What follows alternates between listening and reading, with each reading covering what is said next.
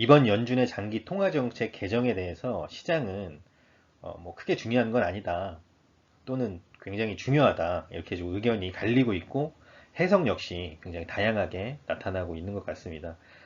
투자자 입장에서 생각을 해본다면 떤 한쪽의 의견을 뭐 참고하는 것도 굉장히 중요하긴 하지만 다양한 가능성을 열어두는 것이 조금은 더 유리할 수 있지 않을까라는 생각을 하고 있습니다. 그런 의미에서 이번에는 연준과 시장, 진화하는 내러티브에 대해서 얘기를 좀 해볼까 합니다. 이번 장기 통화정책 개정에서 연준이 가장 큰 고민은 역시나 뭐 완전 고용과 뭐 물가, 안정 이런 부분이겠지만 저는 개인적으로 연준이 시장과의 커뮤니케이션도 굉장히 중요하게 고민을 하고 있다라고 생각을 하고 있습니다. 기존의 연준이 시장과 이 커뮤니케이션, 본인들의 통화 정책을 시장에 알릴 때 이것이 제대로 되지 않았다라고 연준이 느끼고 있지 않을까라고 생각을 하고 있는데 대표적인 예라고 한다면 시장이 일단 돈을 가지고 있을 때 할 수 있는 것은 크게 세 가지입니다. 소비를 하거나 저축을 하거나 투자를 하거나. 그런데 2008년에 연준이 시행한 양적 완화는 모두 아시다시피 돈이 소비로 흘러들어가지 않고 투자로만 흘러들어가서 자산시장의 가격만 높였다는 그런 논란들이 굉장히 많았습니다. 이걸 다른 말로 표현하면 돈의 수요를 예측한 것이 실패했다라고 볼 수 있는데 연준이 이 돈의 수요 예측을 실패한 것은 시장과의 커뮤니케이션, 본인들이 이렇게 통화 정책을 펼칠 것이다 라고 시장에게 알린 것을 본인들이 실패했다라고 느끼고 있다라고 생각을 하고 있습니다. 그렇기 때문에 지금 연준의 고민은 물론 물가 안정과 완전 고용도 있지만 본인들의 통화 정책을 어떻게 시장에 잘 전달할 수 있을까 이것을 굉장히 고민하고 있다라고 보고 있습니다. 정부와 중앙은행이 아무리 좋은 정책을 펼치더라도 그것을 시장이 잘못 이해하거나 잘못 해석하면 굉장히 다양한 부작용들이 나타났었습니다. 대표적으로 1990년대 일본의 부동산 버블 붕괴 사례와 2008년 금융위기 사례를 들 수가 있을 것 같습니다. 두 사례 모두 정부와 중앙은행이 소비로 돈이 좀 이어지도록 정책을 펼쳤는데 그 돈들이 소비로 이어지지 않고 주식, 부동산 등의 투자 자산으로만 쏠리는 이런 부작용들이 나타났습니다. 대표적인 이 시장과의 커뮤니케이션 부작용 사례라고 볼 수가 있습니다. 그리고 2017년 버냉키의 통화정책 매뉴얼 논문에도 앞으로는 커뮤니케이션 문제가 될 것이다 라고 주장을 하기도 했었고 이번 잭슨홀 토론의 풀 영상이 캔자스시티 연준 유튜브에 게시가 되었었는데 다양한 주제들을 토론을 하지만 그 토론 주제 중에 하나가 시장과의 커뮤니케이션 문제였습니다. 그렇게 본다라고 한다면 연준이 얼마나 오랜 기간 이 시장과의 커뮤니케이션을 고민해 왔는지 어느 정도 유추해 볼 수 있는 부분입니다. 그래서 이 시장과의 커뮤니케이션을 앞으로 어떻게 할 것인가, 앞으로 어떻게 하면 좋을 것인가, 이런 논문을 이 고 로드니첸코라는 젊은 경제학자가 발표를 하고 토론을 했었는데 해당 영상은 본 영상 맨 마지막에 첨부를 하도록 할 테니까 혹시나 관심 있으신 분들은 보셔도 좋을 것 같습니다. 그래서 연준이 왜 커뮤니케이션을 고민하는지 그리고 그것이 왜 중요한지 이 유리고 로드니첸코의 발언을 통해서 논문을 통해서 조금 더 자세하게 살펴볼까 합니다. 인플레이션 기대치, 그러니까 물가가 앞으로 얼마나 오를 거야 라고 생각하는 이 기대치가 각 주체별로 굉장히 다르게 나타나고 있고 특이점이 나타나고 있기 때문에 연준이 이 부분에 주목을 해야 된다라는 것이 이 로드니 논문의 핵심입니다. 굉장히 재밌는 그림인데 이 코로나 초기 2월달, 3월달에는 이 전문가들은 이 인플레이션이 조금 낮아질 것이다 라고 예상을 했다가 코로나가 진행될수록 경기가 안 좋으니까 인플레이션이 점점 낮아질 거야 라고 이렇게 예상을 했었는데 이 가정은 정반대로 코로나 초기에는 인플레이션이 어느 정도 높을 것이야 라고 예상을 했다가 코로나가 진행되면 진행될수록 인플레이션이 더더더 높아질 것이라고 기대를 했다라고 합니다. 전문가와 가정이 인플레이션에 거는 기대가 정반대였다라는 것을 알 수가 있습니다.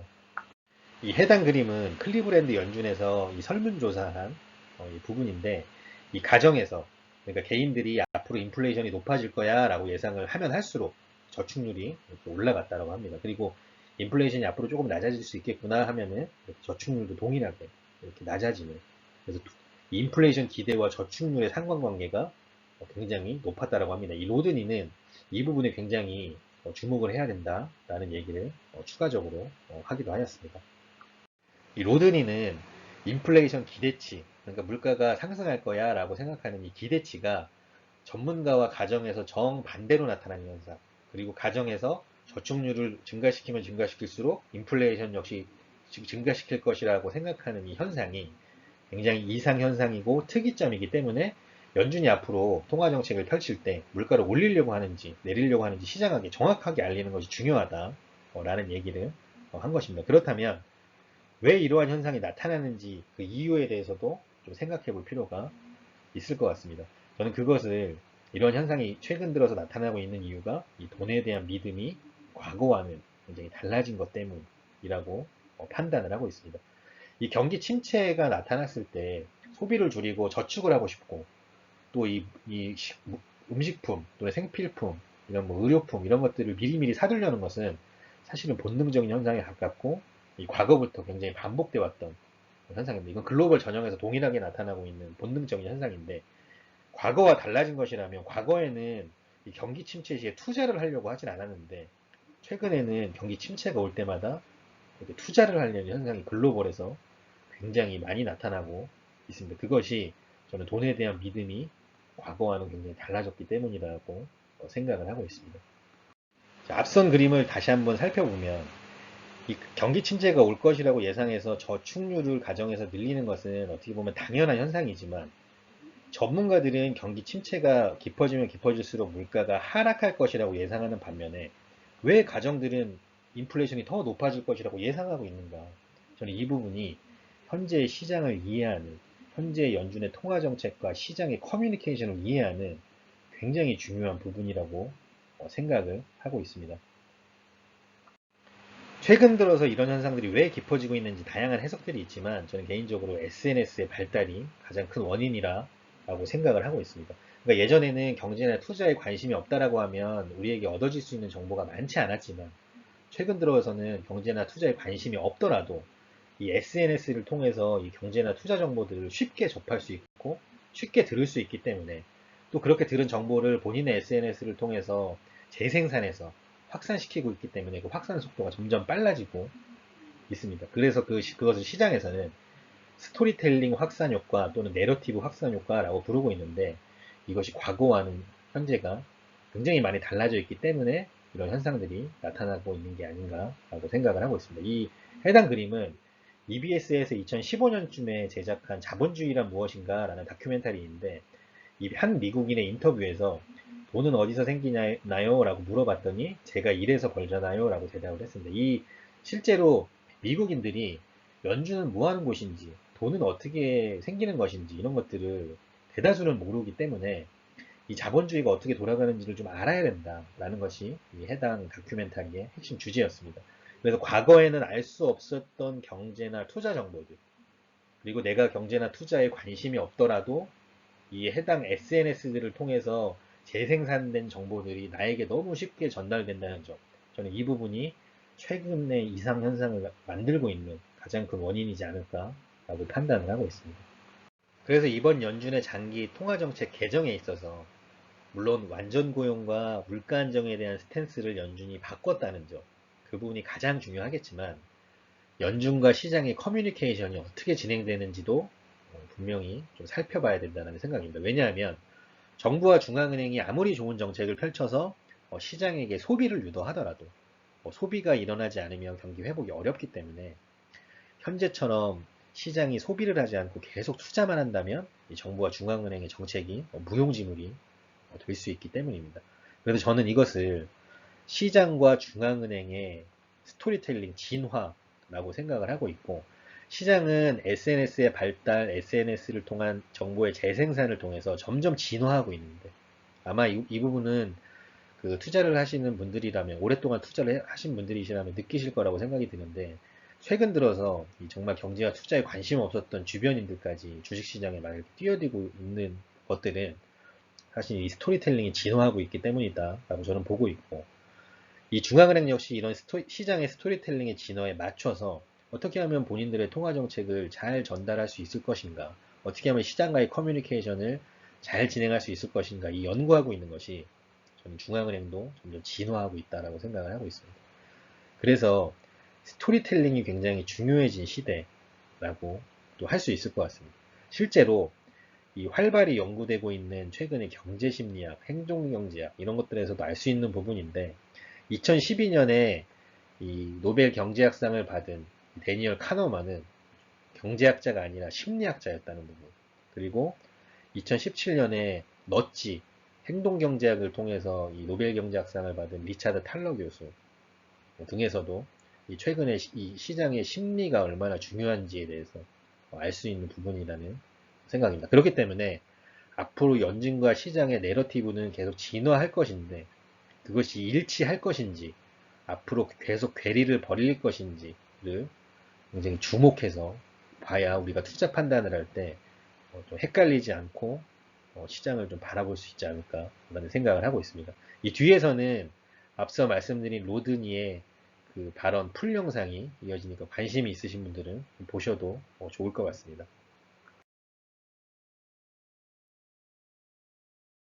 Welcome back for the presentation of the last full paper prepared for this year's Jackson Hole Conference on communication in the beliefs of economic agents, presented by Professor Yuri Gorodnichenko from UC Berkeley. Yuri, now that Nick has left us even more word about what's next for the global economy, I look forward to learning more about inflation expectations and how they could be used differently by central bankers to become a more important tool for monetary policy and to support the economy. The screen is yours, Yuri. Okay, thank you for putting this paper on the program, and thank you for the introduction. This is joint work with Bernardo Candier and Olivier Courbion. And in this paper, we're motivated by a perennial question for central bankers. How can you stimulate the economy when conventional ammunition is not available, when you can't lower interest rates any further? And specifically, how can you use communication-based policies such as forward guidance and similar tools to help the economy? Now, to answer this question, you have to really understand how economic agents form their expectations, how households, firms, professional forecasters, financial markets, how they come up with their beliefs and how they use these beliefs in their daily lives. Now, in this context, we would like to highlight two challenges for effective policy communication. The first challenge is that unlike forecasters and financial markets, the general public, which includes households and managers, are much less informed about the structure of their economy, the state of their economy, central banks and their policies. And in a way, this is great. This is a sign of success. Inflation doesn't really matter for daily lives of the general public, and we should celebrate this. But on the other hand, this kind of situation creates special challenges for effective policy communication because people are so inattentive to what the central banks are doing and saying. We have to penetrate through this veil of inattention if we want to reach out to the general public. That's the first challenge. The second challenge is that we really have two types of agents in the economy. On the one hand, we have financial markets and we have professional forecasters. On the other hand, we have the general public, which is households and firms. And these two different types of agents have a very different interpretation of what inflation is and how it's related to the rest of the economy. Let me give you an example. This figure here shows the evolution of beliefs for professional forecasters in the US. The horizontal axis shows 1 year ahead expected inflation. The vertical axis shows the perceptions of the current state of the economy, the nowcast for GDP growth rate. And you should see from this figure that just before the COVID crisis started, we had a very healthy situation. We had 2% inflation expected in the next 12 months. Professional forecasters predicted the economy is going to expand at 2% per year. But as the course unfolds, we see that they dramatically revise their perceptions of the current state of the economy down. And at the same time, they revise their beliefs of expected inflation. So the bad state of the economy today is associated with low inflation in the future. Now, when you do something like this for households, you see a very different picture. This data are from the Michigan Survey of Consumers. On average, before the crisis started, we see that households expect a higher rate of inflation. And that's a generic pattern. It's not specific to the US. We see that in advanced economies with slow and stable inflation, households tend to predict much higher rates of inflation than professional forecasters. But more importantly, we see that as households started to revise their beliefs of the current state of the economy down, they started to increase, not lower, their inflation expectations. So it's very clear from this figure that the same sequence of events was interpreted differently by professional forecasters and households. They have very different interpretation of inflation. Now, to get some deeper insight in why households have this very different interpretation, it is useful to look at other data. And to this end, we use another survey, this time from the Cleveland Fed, which asks households to report how they changed their behavior in response to the COVID crisis, and also what kind of rate of inflation they expect to see in the next year. This figure here shows that in response to the COVID crisis, households raise their inflation expectations up. That's the black line here. At the same time, many households said that because of the COVID crisis, they started to save more, so they consume less. And from this moment of the series, we can conclude that households associate high inflation with a time where you don't want to spend. It's not a good time to buy a durable good or even maybe not durable goods. When you look at other survey responses, you see a similar picture. That is, when inflation is high, people have elevated fears of losing a job. This is also the time when many households report that they started to hoard more food and medical supplies. So it's very clear that households associate high inflation with terrible economic outcomes, And this is not specific to COVID. You can look at other countries, you can look at other times, you can make other cuts of the data. It's going to be more or less the same everywhere. Let me give you a few examples. This figure here shows the distribution of beliefs that professional forecasters have in general about future output and expected inflation. And what you should see here is that if you take a cross-section of professional forecasters in a point in time, and you take a professional forecaster who believes that inflation is going to be above the average, what is predicted by other professional forecasters. This professional forecaster is also going to predict that economy is going to expand at above average growth rate of output. Right, so we have a very strong positive movement association between expected inflation and expected output growth rate. In a way, this suggests to us that professional forecasters believe that US business cycles are driven by demand-side shocks, and there is some type of Phillips curve out there. Now, this is, again, not specific to US. You can look at other advanced economies. You can look at consensus economics, survey professional forecasters. This pattern is going to be there over and over again. Now, similar to what I showed to you before, when you do the same exercise for households, you see a very different pattern. For example, you look at households participating in the Michigan Survey of Consumers, and you look at the cross-section of these households, and you pick a household that predicts above average inflation. This household is also going to predict below average economy in the future, right? So now instead of positive correlation, we see a negative correlation. Households think high inflation is bad for the economy. And again, this is not specific to the US. You can look at other data, other countries. For example, in the paper, we report some results based on the new ECB survey of consumer expectations, and you see exactly the same negative correlation for Italy, for Germany, for Spain, or other Eurozone countries. So this is not specific to the US. It seems to apply to a broad range of advanced economies. Now, obviously, this is a correlation, and we should be careful when we interpret these results. But we also know from randomized controlled trials that if we pick at random a group of households and give these households a piece of information that is going to lead them to raise expectations up, this group of households is going to spend less on durable goods relative to a control group. So it seems this is not just a correlation. There is some causal relationship behind this figure. What is the significance of this? Well, if we want to raise inflation expectations, as we often do in our thought experiments, this policy can backfire. That is, instead of stimulating consumer spending, we can make it fall. So that's very important for kind of practical communication of policy. Now, the next thing we should want to check is what is the situation for firms, where they're in the spectrum along professional forecasters and households. And they happen to be somewhere in between. The correlation between the economy and inflation is weaker, but we know from randomized controlled trials that at least in some instances, you raise exogenously expectations of firms, and these firms, instead of hiring more people and doing greater investments, are going to cut their investment and lower their employment. So we have to be very careful how managers interpret inflation expectations. Now, where does this leave us? We can offer 3 lessons.